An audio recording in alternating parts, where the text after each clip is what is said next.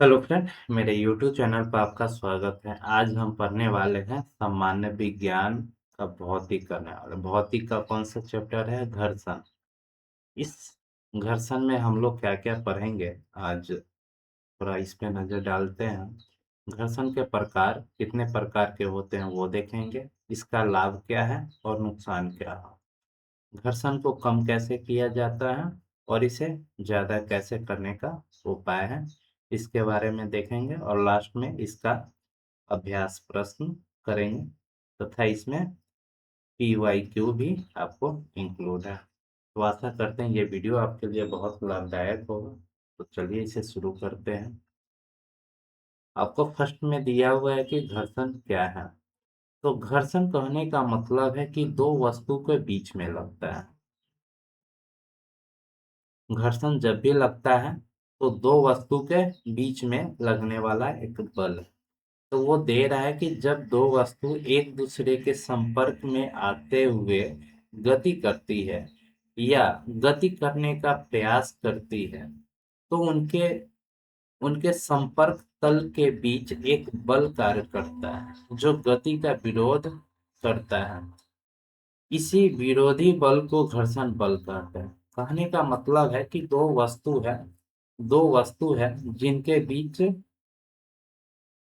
एक वस्तु ये है और ये वस्तु है। तो दोनों वस्तु का तल जो एक दूसरे के संपर्क में रहता है और इसके बीच में जो बल लगता है उसे को घर्षण बल कहते हैं। अगर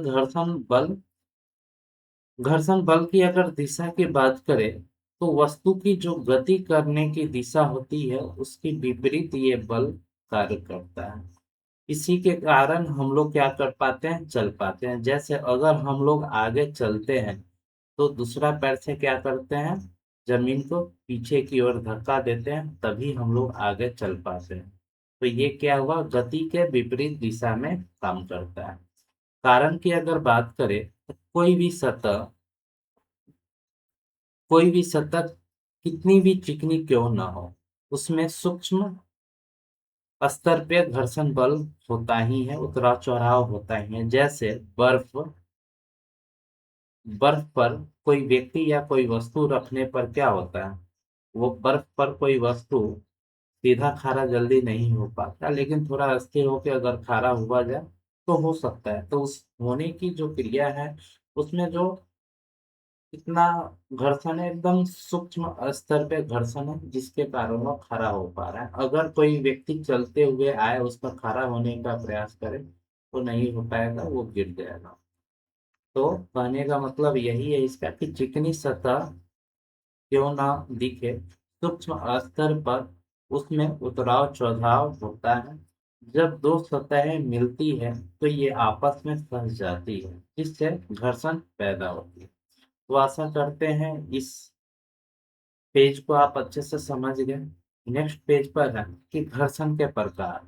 घर्षण कितने प्रकार के होते हैं? तो तीन प्रकार के होते हैं। एक स्टैटिक स्थैतिक घर्षण, और दूसरा होता है सर्पी घर्षण, तीसरा होता है लोटनी घर्षण। लोटनी मतलब रोलिंग घर्षण होता है। रोलिंग कहने का मतलब होता है कि साइकिल या किसी भी वाहन का जो चक्का होता है वो रोलिंग के आधार पे ही गति करता है, मतलब गोला होता है।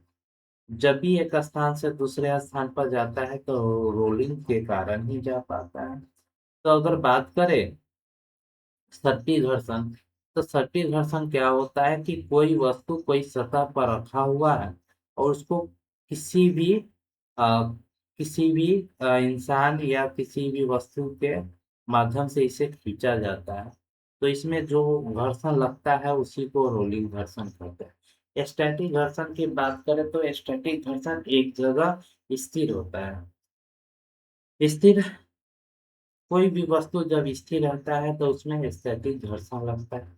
या टेबल पर बुक रखा हो तो, या किसी भी जगह पे कोई वस्तु को या बोरा को रख दिया हो तो उसमें स्थैतिक घर्षण होता है। सबसे अधिक अगर बात करें कौन सा घर्षण होता है तो स्थैतिक घर्षण होता है, सबसे कम लोटनी घर्षण होता है। तो आशा करते हैं आपको इतना समझ में आ गया होगा। नेक्स्ट हम लोग पेज पर चलेंगे। स्टैटिक घर्षण क्या होता है इसके बारे में जानेंगे। स्टैटिक घर्षण में आपको दो चीज जानना है, एक स्टैटिक घर्षण होता है, एक सीमांत घर्षण होता है। सीमांत घर्षण की अगर हम लोग बात करें तो एक छोटा एग्जाम्पल समझेंगे कि किसी भी वस्तु को अगर हम लोग जलाते हैं तो कोई वस्तु कब तक नहीं जलता है, जब तक सब वस्तु की अपनी एक गर्मी, एक हीट को बर्दाश्त करने की क्षमता होती है। जितना उसकी क्षमता है उतना ही हीट मिलेगा तो वो कभी नहीं जलेगा। लेकिन जैसे उसकी क्षमता से अधिक अगर उसको हम लोग उष्मा दे देंगे या गर्मी दे देंगे तो वो क्या होगा कि ऑटोमेटिक उसमें आग पकड़ लेगा। यानी कहने का मतलब है कि कोई भी वस्तु अगर स्थिर है तो उस वस्तु में अगर वो गति कब तक नहीं करेगा, जब तक उस वस्तु को एक बल सहने की क्षमता है और उतना ही बल लगाएंगे तो वो गति नहीं करेगा। जैसे उस क्षमता से अधिक अगर हम बल लगा देंगे तो वो क्या करेगा, वो अपनी जो स्थिर अवस्था है उससे वो गति अवस्था में कन्वर्ट हो जाएगा। तो ये जो स्थिर अवस्था गति अवस्था बीच की जो वो घर्षण है उसे ही हम लोग सीमांत घर्षण कहते हैं। जैसे कहने का मतलब है स्टैटिक घर्षण के अधिकतम मान को सीमांत घर्षण कहते हैं। इसके बाद वस्तु हिलने लगती है। मतलब आपको समझाया है कि कोई वस्तु को एक लिमिट है कि उससे अधिक अगर जैसे बल लगेगा तो वो गति करना शुरू कर देगा। तो वो अधिकतम मान जो इसे सहने की क्षमता जो है उसी को सीमांत घर्षण कहते हैं। स्टैटिक घर्षण की अगर बात करें, जब किसी वस्तु पर बल लगाया जाए लेकिन वह अपनी जगह से न हिले तब काम करने वाले घर्षण को स्टैटिक घर्षण कहते हैं। जब कोई भी वस्तु सतह पर रखा हुआ है, उस पर एक बल लगाते हैं लेकिन वह अपनी जगह से न हिल रहा है, तब काम करने की जो घर्षण है उसे स्टैटिक घर्षण कहते हैं। तो आशा करते हैं इतना समझ में आ गया है। उदाहरण की बात करें तो जमीन पर रखे एक भारी बक्से को धक्का देना लेकिन उसका अपनी जगह से न खिसकना ही स्टैटिक घर्षण का उदाहरण है। नेक्स्ट है सर्पिल घर्षण यानी स्लाइडिंग करना। कोई वस्तु एक जगह से उसे खींच के दूसरे स्थान पर रखना, न कि उसमें कोई वो चक्का लगा हो या कुछ भी। जिस अवस्था में जैसे एक पत्थर एक जगह रखा हुआ है उसे धक्का देकर जैसे एक स्थान से दूसरे स्थान पे हम लोग खींच के ले जाते हैं, वो आपको स्लाइडिंग ट्रैक्शन होता है। तो आशा करते हैं इतना समझ में आ गया होगा। इसमें लिखा हुआ है कि जब एक वस्तु दूसरी वस्तु की सतह पर फिसलती है यानी स्लाइड करती है, जब जो घर्षण बल काम करता है उससे सर्पिल घर्षण कहते हैं। जब एक वस्तु दूसरे वस्तु के बीच में जो स्लाइड फिसलती है उसके बीच जो बल लगता है ना उसे ही सर्पिल घर्षण बल कहते हैं। आशा करते हैं आपको इतना समझ में आ गया होगा। इसके उदाहरण की बात करें तो बच्चे का पार्क में फिसली पट्टी के नीचे फिसलना। नेक्स्ट है लोटनी घर्षण। लोटनी घर्षण कहने का मतलब है जो कोई भी वस्तु भारी हो उसके बीच में जो एक हम लोग चक्का लगाते हैं, बॉल बेरिंग लगाते हैं, वो सब किसका उदाहरण, लोटनी घर्षण का उदाहरण। तो ये भारी चीज को एक स्थान से दूसरे स्थान बहुत आसानी से हम लोग ले जाते हैं। जैसे ये देखें, इसमें क्या है, इसमें चक्का नहीं लगा हुआ है तो ये कौन सा है, सर्पिल घर्षण है। लेकिन इस वस्तु को एक जो चक्के वाले जो खिलौना है उसके ऊपर रख के इसको एक स्थान से दूसरे स्थान बहुत आसानी से ले जाया जा सकता है। तो ये कौन सा है, रोटनी घर्षण। तो इसी में दिया हुआ है कि जब एक वस्तु दूसरी वस्तु की सतह पर लुढ़कती यानी रोल करती है तो इसे लोटनी घर्षण बल कहते हैं। आशा करते हैं इतना समझ में आ गया होगा। एग्जाम्पल की बात करें तो गाड़ियों के पहिए और जमीन के बीच का घर्षण या सूटकेस के नीचे लगे छोटे पहिए, ये सब किसका उदाहरण है, लोटनी घर्षण का उदाहरण। नेक्स्ट है कि लोटनी घर्षण का मान सबसे कम होता है। एग्जाम्पल में पूछा जाता है किस घर्षण का मान सबसे कम होता है, तो लोटनी घर्षण का मान। सबसे अधिक स्टैटिक घर्षण का मान होता है। तो आशा करते हैं इतना समझ में आ गया होगा। ये आपका एग्जाम में बार बार बहुत बार पूछा गया है, इस चीज को आप लोग ध्यान में रखेंगे तो ये भी आपका क्लियर हो जाएगा। क्रम की अगर बात करें तो स्टैटिक स्थैतिक घर्षण, सर्पी घर्षण और लोटनी घर्षण। स्टैटिक घर्षण से थोड़ा कम कौन होता है? सर्पी घर्षण। सर्पी कम घर्षण से कम कौन होता है? लोटनी घर्षण। ये सीधा भी पूछ सकता है और उल्टा पूछ सकता है कि लोटनी घर्षण से ज्यादा कौन सा घर्षण होता है, तो सर्पी घर्षण। और सर्पी घर्षण से ज्यादा कौन होता है? स्टैटिक घर्षण। या ये भी पूछ सकता है कि लोटनी घर्षण का मान सबसे कम होता है तो सबसे अधिक किसका मान होता है? तो स्टैटिक घर्षण का। तो आशा करते हैं किसी भी तरीका से आपसे क्वेश्चन पूछेगा तो आप इस चीज को बता सकते हैं। इसमें नेक्स्ट पॉइंट दिया हुआ है कि यही कारण है कि किसी भारी चीज को घसीटने के मुकाबले पहिए पर लुढ़काना बहुत आसान होता है। नेक्स्ट है घर्षण को अनिवार्य बुराई भी कहते हैं। मतलब घर्षण जो है अनिवार्य आवश्यक भी है, लेकिन उसमें क्या है? कमी है, बुराई भी है। क्योंकि इसके बिना हम कई काम नहीं कर सकते, लेकिन इसके कई नुकसान भी है। कहने का मतलब है कि घर्षण एक अनिवार्य भी है, एक बुराई भी है। कैसे? क्योंकि घर्षण के बिना हम बहुत सारा काम नहीं कर सकते, एक जगह से दूसरे जगह चल नहीं सकते, हम किसी वस्तु को एक जगह से दूसरे जगह सही से ले जा ना सकते, लिख नहीं सकते। ये सब क्या है? अनिवार्य भी है। और बुराई की बात करें, जैसे घर हम लोग बाइक चलाते हैं तो बाइक चलाने के बाद क्या होता है? एक स्थान से दूसरे स्थान जाता है, लेकिन उसमें क्या होता है? इंजन घुसता है, इंजन हीट होता है, ये सब क्या है? बुराई है। तो आशा करते हैं आपको इतना समझ में आ गया होगा। नेक्स्ट है हम लोग का घर्षण का लाभ क्या है, घर्षण से हम लोग को प्रॉफिट क्या क्या होता है ये देखना है। तो एक है चलने में सहायता करता है, एक स्थान से दूसरे स्थान को हम लोग को चलने में हेल्प करता है।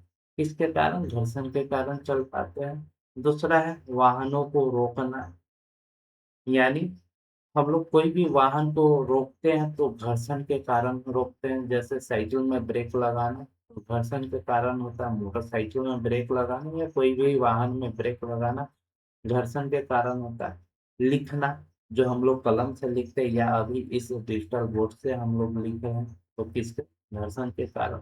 हाँ, माचिस जलाना भी एक घर्षण का ही एग्जाम्पल है। प्लस में ये सब क्या हम लोग को प्रॉफिट है। इसकी अब नुकसान की बात करेंगे। घर्षण का नुकसान क्या है? ऊर्जा की बर्बादी होना और घिसावट होना। बर्बादी की बात करें, मशीनों में घर्षण के कारण ऊर्जा का एक बड़ा हिस्सा गर्मी के रूप में बर्बाद होता है। जैसे मोटरसाइकिल चलाते हैं, इंजन हीट होता है तो वहां से गर्मी क्या होता है? निकल के वैसा ही नुकसान हो जाता है। तो वही इस कहानी का मतलब है कि ऊर्जा की बर्बादी। घिसावट, मशीन के पुर्जे घिसता है, टायर के शोर और जूते घर्षण के कारण ही घिस जाते हैं। तो आशा करते हैं इतना समझ में आ गया होगा। नेक्स्ट है घर्षण को कम या ज्यादा करने का उपाय। तो कम करने के लिए हम लोग क्या करते हैं? स्नेहक का उपयोग करते हैं। स्नेहक में हम लोग क्या करते हैं? तेल और ग्रीस का उपयोग करते हैं। नेक्स्ट क्या है? बॉल बेयरिंग का उपयोग करते हैं, बॉल बेयरिंग का उपयोग करते हैं। तो आशा करते हैं आपको इतना समझ में आ गया होगा। तो ये सब क्या है? घर्षण को कम करने का उपाय। या फिर सतह को पॉलिश करते हैं। पॉलिश करने से क्या होता है? घर्षण जो भी है कम हो जाता है। इसे बढ़ाने के लिए हम लोग क्या करते हैं?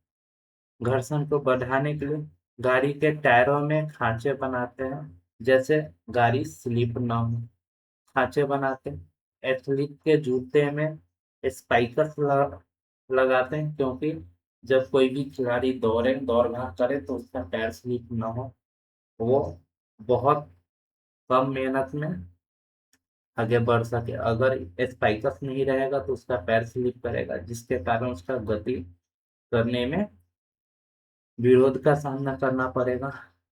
तो आशा करते हैं इतना समझ में आ गया। अब इसका हम लोग कुछ अभ्यास प्रश्न करेंगे, प्रैक्टिस क्वेश्चन करेंगे।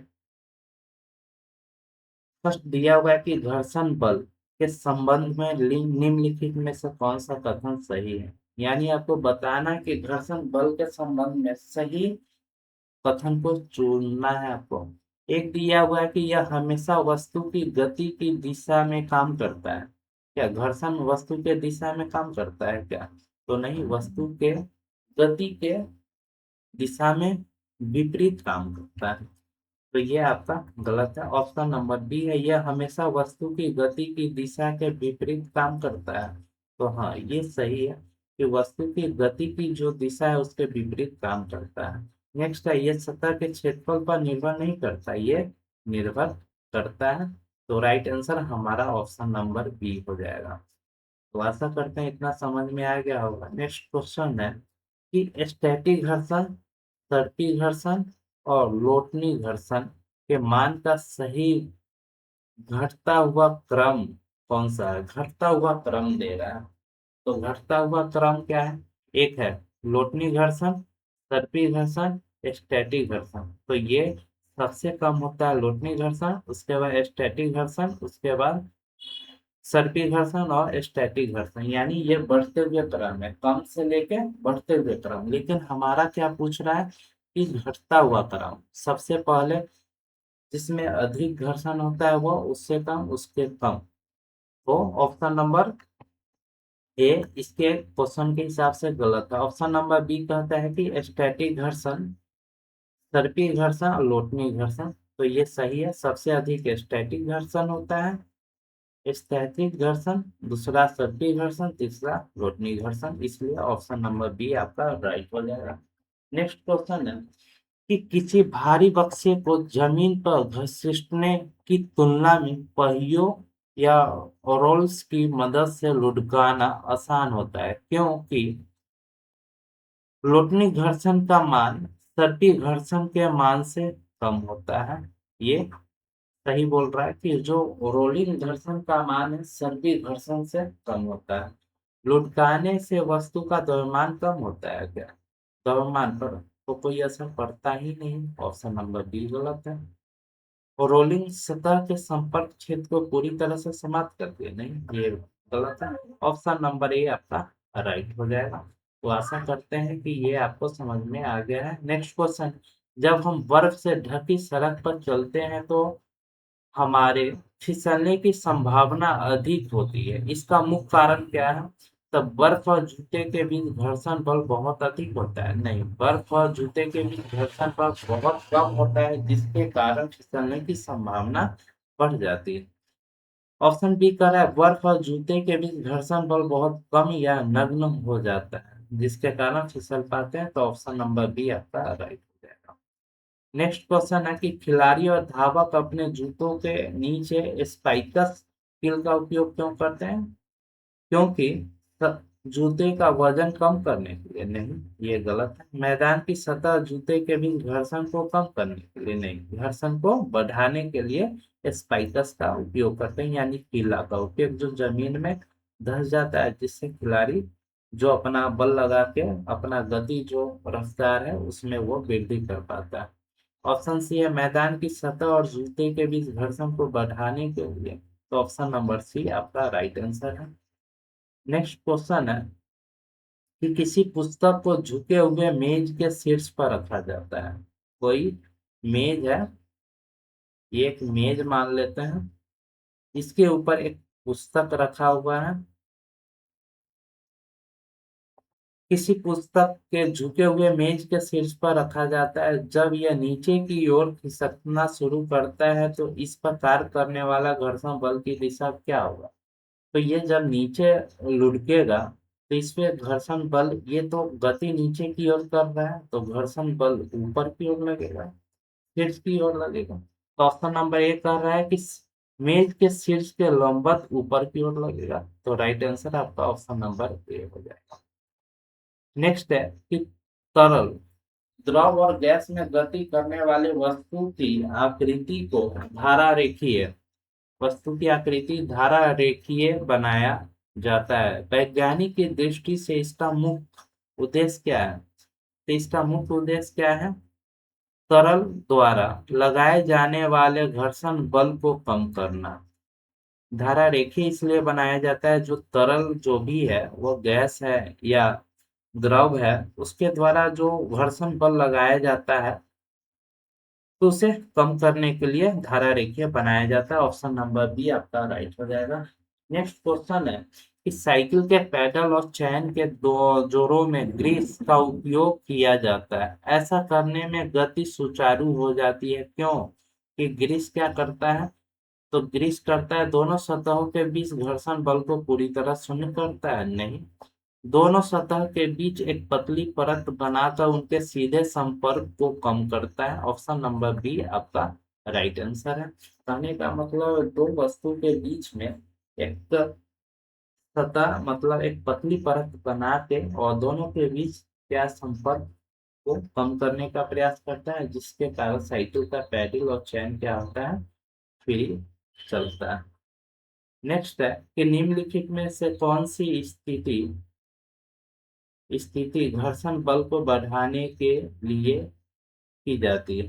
तो कबड्डी के खिलाड़ी द्वारा अपने हाथ पर मिट्टी रगड़ना, तो ये क्या होता है? मिट्टी इसलिए रगड़ा जाता है क्योंकि उसका हाथ सामने वाले के पकड़ने में फिसले नहीं। तो यहाँ क्या हो रहा है? यहाँ पे आपका घर्षण बढ़ाने का प्रयास किया जा रहा है। कैरम बोर्ड पर बारीक टेल्कम पाउडर छिड़कना, यह क्या है? घर्षण को कम किया जा रहा है। दरवाजे के कब्जे में तेल बूंद डालना, घर्षण को कम किया जाता है। मशीन बॉल बेयरिंग का उपयोग करना, यानी यहाँ पर भी घर्षण का कम किया जा रहा है, इसलिए ऑप्शन नंबर ए आपका राइट हो जाएगा। नेक्स्ट है कि भारी ट्रॉली या सूटकेस के नीचे छोटे पहिए लगाए जाते हैं, इसका मुख्य वैज्ञानिक कारण क्या है? क्योंकि पहिए सर्पी घर्षण को कम मान वाले लोटनी घर्षण में बदलने के लिए लगाए जाते हैं। नेक्स्ट है मशीनों में बॉल बेयरिंग का उपयोग मुख्य रूप से किस लिए किया जाता है? क्योंकि सर्पी घर्षण को लोटनी घर्षण में बदलने के लिए बॉल बेयरिंग का उपयोग किया जाता है। जब किसी भारी बक्से पर बल लगाने के बावजूद वह अपनी जगह से बिल्कुल नहीं खिसकता तो दोनों सतह के बीच कौन सा बल काम करता है? तो सीमांत घर्षण बल काम करता है। नहीं नहीं, जब किसी भारी बक्से पर लगने के बावजूद बल लगने के बावजूद अपनी जगह से बिल्कुल नहीं खिसकता, दोनों सतह के बीच कौन सा बल काम करता है? तो स्टैटिक घर्षण काम करता है। ऑप्शन नंबर सी आपका राइट आंसर हो जाएगा। स्नेहक जैसे तेल ग्रीस का मुख्य कार्य क्या है? तो ये दो गतिशील सतह के बीच एक पतली परत बनाकर सीधे संपर्क को रोकता है। तो ऑप्शन नंबर ए आपका राइट हो जाएगा। नेक्स्ट है कि ये वीडियो आपको कैसा लगा, आप मुझे कमेंट करके बताइएगा। चैनल को सब्सक्राइब कर लीजिएगा। वीडियो देखने के लिए धन्यवाद।